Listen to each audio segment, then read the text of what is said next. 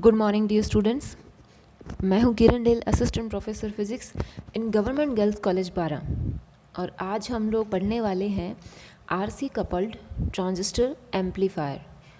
ये हमारी third unit है एंड मोस्ट प्रोबेबली ये हमारा लास्ट टॉपिक भी है उसका। तो इसको मैंने 2 सेक्शन में डिवाइड किया है।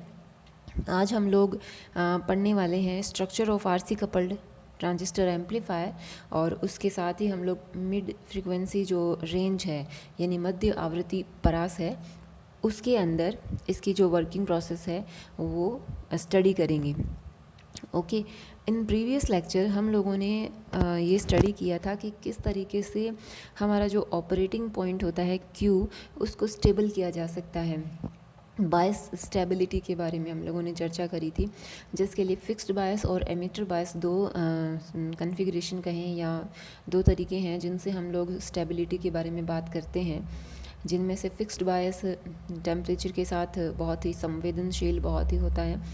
इस वजह से उसको हम लोग कम ही नहीं काम में लेते ही नहीं है, बहुत कम उपयोग में किया जाता है उसको। लेकिन एमिटर बायस जो है वो टेम्परेचर वेरी करने पर भी जो उसका क्वेश्चन पॉइंट है या क्यू पॉइंट है वो बहुत कम वेरी करता है, तो उसको हम लोग काम में लेते हैं। और उसके बाद हम लोगों ने पढ़ा था frequency response of transistor amplifier.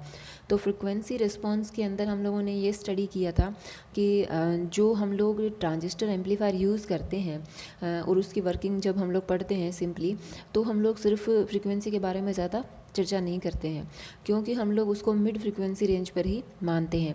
लेकिन जब हम लोग लोअर फ्रीक्वेंसी और हायर फ्रीक्वेंसी पर जाते हैं तो फिर जो कपलिंग और बाईपास के लिए जो कंडेंसर यूज़ किए जाते हैं, और इसके अलावा जो आंतरिक धारिताएँ होती हैं, अवांछित धारिताएँ, स्ट्रे कैपेसिटेंस, वो सर्किट के जो नॉर्मल प्रोसेसिंग है उसको प्रभावित करती है, जिसकी वजह से वोल्टेज गेन जो है वो कम हो जाता है, लब्धि जो है वो कम हो जाती है।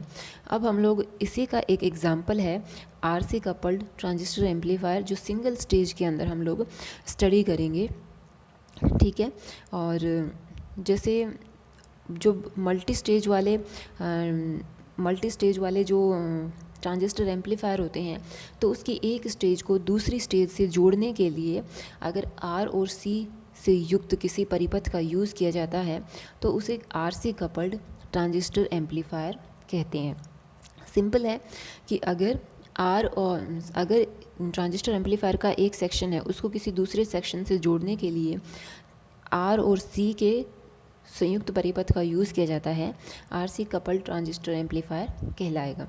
और ये युग्मन जो है या ये कपलिंग जो है वो सबसे ज़्यादा प्रचलित है, क्योंकि ये क्या है, सस्ती है और साथ ही आवृत्ति के विस्तृत प्रास के लिए अत्यधिक फिडिलिटी प्रदान करती है, यानी कि इसमें हमें बेहतरीन रिजल्ट जो है वो देखने को मिलते हैं।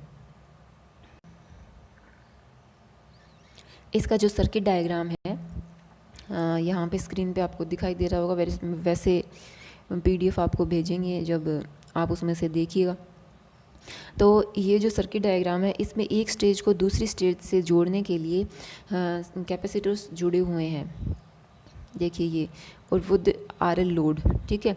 तो ये एक आरसी कपलिंग कहलाती है। ये इतना जो हिस्सा है वो फर्स्ट स्टेज कहलाता है और ये जो दूसरा हिस्सा है वो सेकंड स्टेज कहलाता है। इनको जोड़ने के लिए कैपेसिटर RL कॉम्बिनेशन यूज़ किया जाता है, इसलिए इसे क्या कहते हैं, आरसी कपल्ड ट्रांजिस्टर एम्पलीफायर कहते हैं। इसके अंदर अब इसकी स्ट्रक्चर के बारे में बात करते हैं। ओके, ये सबसे ज़्यादा प्रचलित है क्योंकि ये सस्ता है और सबसे ज़्यादा फिडिलिटी प्रदान करता है। ओके, उसके बाद जैसे इसमें क्या है, 2 ट्रांजिस्टर हैं T1 और T2। ओके, 2 ट्रांजिस्टर T1 और T2 है जो कि फर्स्ट स्टेज और सेकंड स्टेज के अंदर काम में लिए गए हैं। एक इसमें लोड रेजिस्टेंस व कपलिंग कैपेसिटर CC जुड़ा हुआ है। ये लोड रेजिस्टेंस और ये कपलिंग कैपेसिटर CC जुड़ा हुआ है। ये क्या करते हैं, जिनकी सहायता से द्वितीय चरण के निवेश को प्रथम चरण के निर्गम से जोड़ा जाता है। ये द्वितीय चरण का निवेश है और ये प्रथम चरण का निर्गम है, उससे जोड़ा जाता है। अब कैपेसिटर क्या करता है, कैपेसिटर जो है वो प्रथम चरण से आने वाले जो प्रत्यावर्ती भाग है उसको तो पार करेगा, कैपेसिटर जो है वो एसी कंपोनेंट्स के लिए ज़ीरो प्रतिबाधा शो करता है, तो ये एसी कंपोनेंट्स को तो जो सेकंड स्टेज है उसमें जाने देगा, ठीक है। और इधर से जो एसी आएंगे, ओके, लेकिन जो डीसी आएंगे उनको वो नहीं जाने देगा, उनको वो वहीं रोक लेगा। सीसी कपलिंग कैपेसिटर जो है, ठीक है, डीसी भाग को वहीं रोक लेता है। इसी वजह से इसे हम लोग अवरोधी कैपेसिटर या ब्लॉकिंग कंडेंसर भी कहते हैं। यहाँ पे 4 प्रतिरोध जुड़े हुए हैं, R1, R2 तथा RL व RE, जो क्या है ट्रांजिस्टर को प्रॉपर बाइसिंग प्रदान करने के लिए यूज़ किए जाते हैं, प्रॉपर बाइसिंग के लिए। जैसे ये इधर हमने उसमें वोल्टेज डिवाइडर जो ट्रांजिस्टर एम्पलीफायर था, या यूँ कहें कि एमिटर फिक्स्ड जो एमिटर बायस्ड ट्रांजिस्टर एम्पलीफायर था, उसमें देखा था ये सर्किट R1 और R2 दो जुड़े हुए थे, ठीक है। ये कलेक्टर जो है उसको फिक्स्ड बायस करंट देने के लिए यूज़ किए जाते हैं। इसमें एक रेजिस्टेंस RE भी जुड़ा हुआ है, ये वाला। ये RE जो है उसको पार्श्वपतित करने वाला जो संधारित्र CE है वो क्या कहलाता है, उपपथ संधारित्र, ठीक है। यानी कि ये इसको बाईपास दे देता है इस तरफ, तो ये एक उपपथ या बाईपास कंडेंसर CE कहलाता है, RE को देता है ये बाईपास। तो CE की उपस्थिति से होता क्या है, CE की उपस्थिति से जो सिग्नल होता है जिसके लिए RE एक नेगेटिव फीडबैक प्रदान करता है, RE क्या करता है, नेगेटिव फीडबैक प्रदान करने का काम करता है। अभी जो नेगेटिव फीडबैक क्या है एक्चुअली, हम लोग नेक्स्ट जो अपनी यूनिट स्टार्ट करेंगे उसके अंदर कंप्लीट डिस्कशन करेंगे about it, negative and positive feedback. अभी यहाँ पे हम लोग उसको स्किप कर रहे हैं क्योंकि वो एक पूरा डिटेल्ड पार्ट है, तो वहाँ आपको पूरा क्लियरली समझ में आएगा कि किस तरीके से क्या नेगेटिव फीडबैक होता है। तो RE is providing negative feedback, so जो कंडेंसर CE है वो क्या करता है, बाईपास प्रदान करता है। CE की उपस्थिति में क्या होगा, RE जो है वो ऋणात्मक पुनर्निवेश नहीं देगा, उसका मान नगण्य हो जाएगा, जिससे क्या होगा, प्रवर्धक के मूल्य को सामान्यतः क्या करते हैं, प्रवर्धक के मूल्य को कम रखने के लिए CE जो है वो उच्च मान की धारिता जो होती है उसको प्रयुक्त नहीं करते हैं। CE क्या है, एक हाई वैल्यू का कंडेंसर होता है, उसको हम लोग यूज़ नहीं करते हैं, जिससे क्या होगा, वोल्टता लब्धि में हानि होगी, क्योंकि CE की एब्सेंस में RE जो है वो नेगेटिव फीडबैक देगा, और नेगेटिव फीडबैक में करंट गेन या वोल्टेज गेन जो होता है उसकी कमी आ जाती है, ठीक है।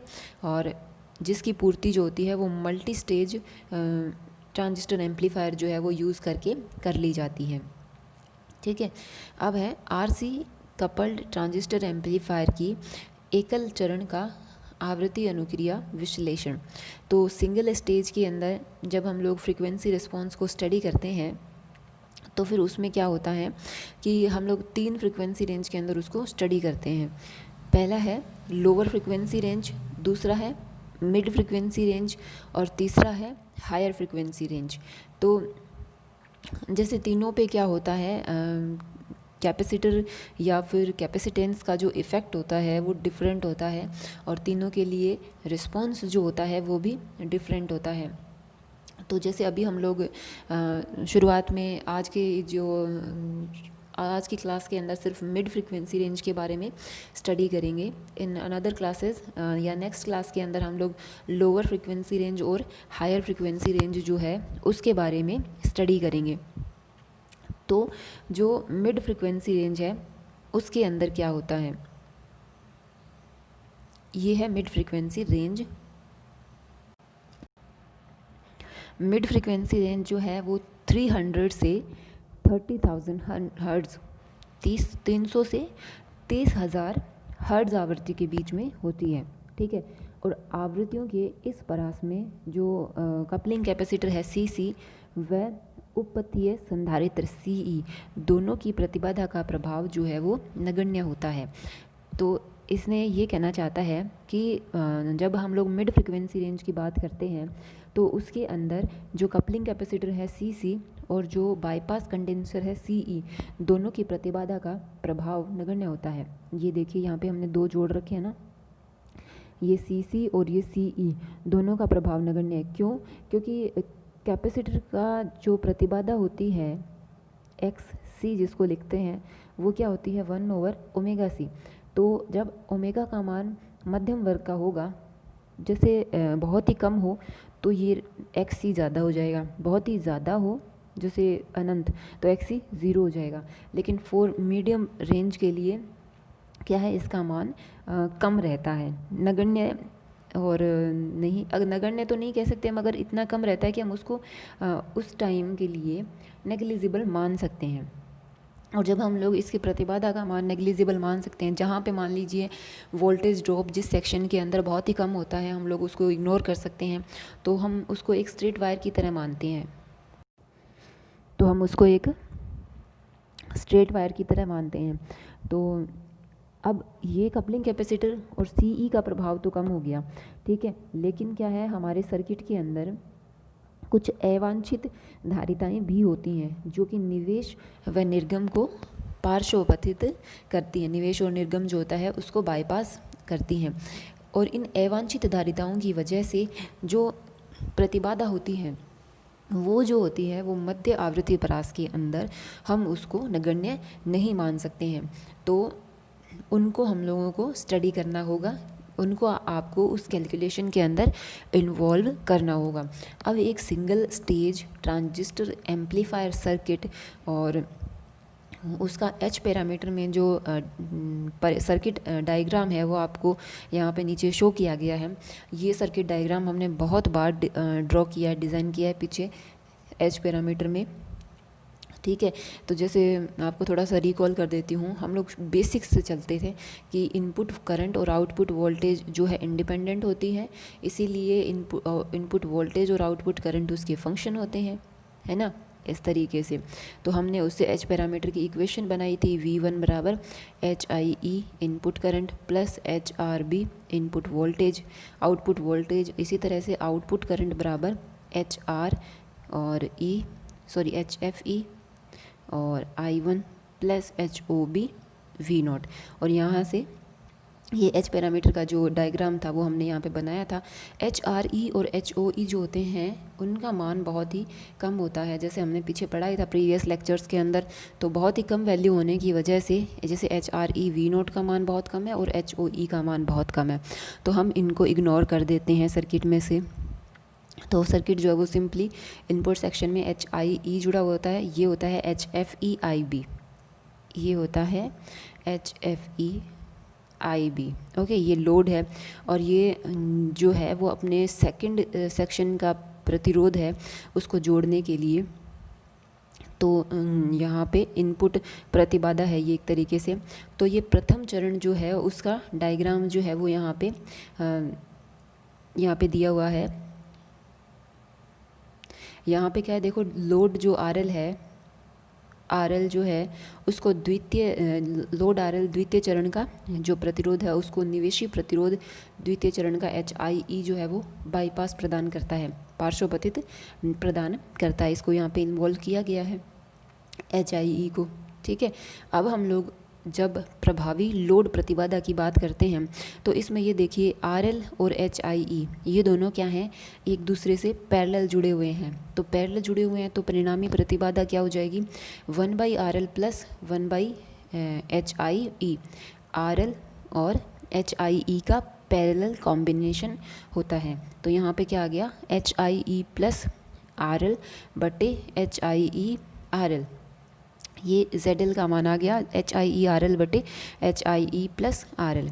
तो यहाँ पे क्या होता है, जैसे निर्गम वोल्टता, तो निर्गम वोल्टता क्या हो जाएगी, अब ये करंट जो है वो इधर जाती है, IC करंट है ना, आउटपुट सेक्शन में। ये कॉमन एमिटर ट्रांजिस्टर एम्पलीफायर है। Most of the time study करेंगे ना जब कॉमन एमिटर ट्रांजिस्टर एम्पलीफायर ही यूज़ करते हैं, तो ये IC करंट है। ये क्या है, HFE-IB, तो ये एक तरीके से करंट ही है।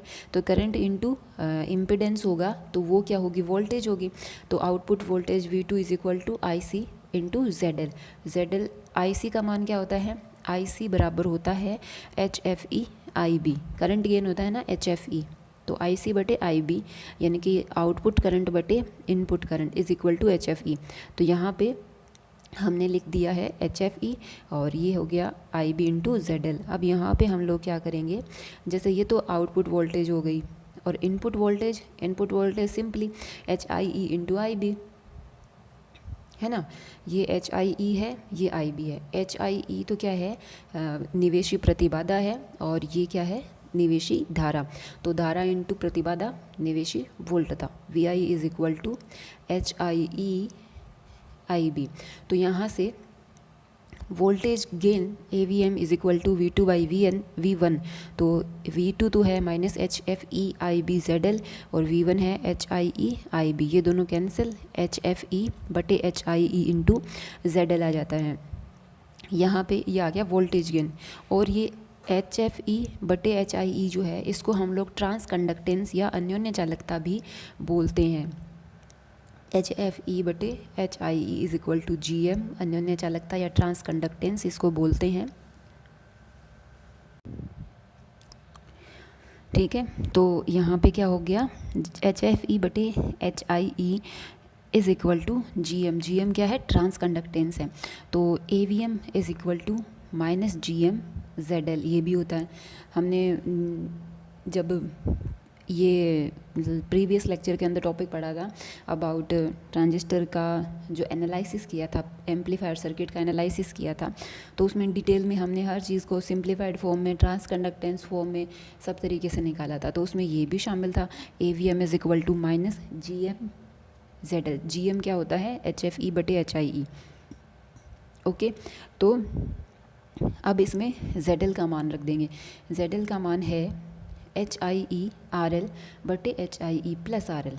तो जब ये हम यहाँ पे पुट करेंगे तो ये HFE बटे HIE RL बटे HIE प्लस RL, HIE से HIE कैंसिल, तो HFE RL बटे HIE प्लस RL। तो यहाँ पे हम लोग क्या करेंगे, HIE को कॉमन ले लेंगे, नीचे वाले टर्म से कॉमन लेंगे तो अंदर तो बनेगा 1 प्लस RL बटे HIE, और ऊपर जो है HFE बटे HIE जो है वो GM बन जाएगा। तो इस तरीके से हमारे पास वोल्टेज गेन आ जाएगा फॉर मिड फ्रीक्वेंसी रेंज। और इसके अंदर जो नेगेटिव साइन आ रहा है वो ये शो करेगा कि जो इनपुट सिग्नल है और जो आउटपुट सिग्नल है उसके मध्य जो पाई रेडियन या फिर 180 डिग्री का कलांतर होता है। तो ये हमने मिड फ्रीक्वेंसी रेंज के लिए स्टडी किया, इन विच कैपेसिटर जो है वो नेग्लिजिबल है। कपलिंग कैपेसिटर जो है उनका प्रतिघात जो है या प्रतिबाधा जो है वो नगण्य है, तो उनको सर्किट के अंदर शो नहीं किया गया है, और सिंपल सर्किट जो है उसको स्टडी कर लिया गया। और most of the time mid frequency range के अंदर ही ट्रांजिस्टर एम्पलीफायर जो है वो यूज़ किए जाते हैं। अपनी नेक्स्ट लेक्चर के अंदर हम लोग लोअर फ्रीक्वेंसी रेंज और हायर फ्रीक्वेंसी रेंज के बारे में स्टडी करेंगे, और क्योंकि वहाँ पे कैपेसिटेंस का प्रभाव रहता है तो सर्किट के अंदर कैपेसिटर्स को इंक्लूड करके फिर प्रतिबाधा, वोल्टेज गेन, इनपुट इम्पीडेंस, ये सब चीज़ें स्टडी करेंगे कि वो कितना डिफरेंट हो जाते हैं in comparison to mid frequency range. तो बहुत ही इंटरेस्टिंग टॉपिक है ये, आप इसको अच्छे से स्टडी करना। और in higher classes like MSc आपको इसके प्रैक्टिकल्स भी करने को मिलेंगे, हमारी लैब में भी है मोस्ट प्रोबेबली। और हम लोग भी जब भी मौका मिलेगा हमें वापस इकट्ठे होने का और प्रैक्टिकल करने का, तो हम लोग ज़रूर इस प्रैक्टिकल को करेंगे। बहुत इंटरेस्टिंग, बहुत ही अच्छा टॉपिक है ये। ओके, और वैसे तो इलेक्ट्रॉनिक्स पूरी ही बहुत ही अच्छा सब्जेक्ट है, जिसमें बहुत अच्छे अच्छे कॉन्सेप्ट हैं समझने के लिए। तो आप इसको मज़े लेके पढ़िए, खुश रहिए, स्वस्थ रहिए। कुछ भी क्वेरी हो तो पूछिए, मैसेज कीजिए।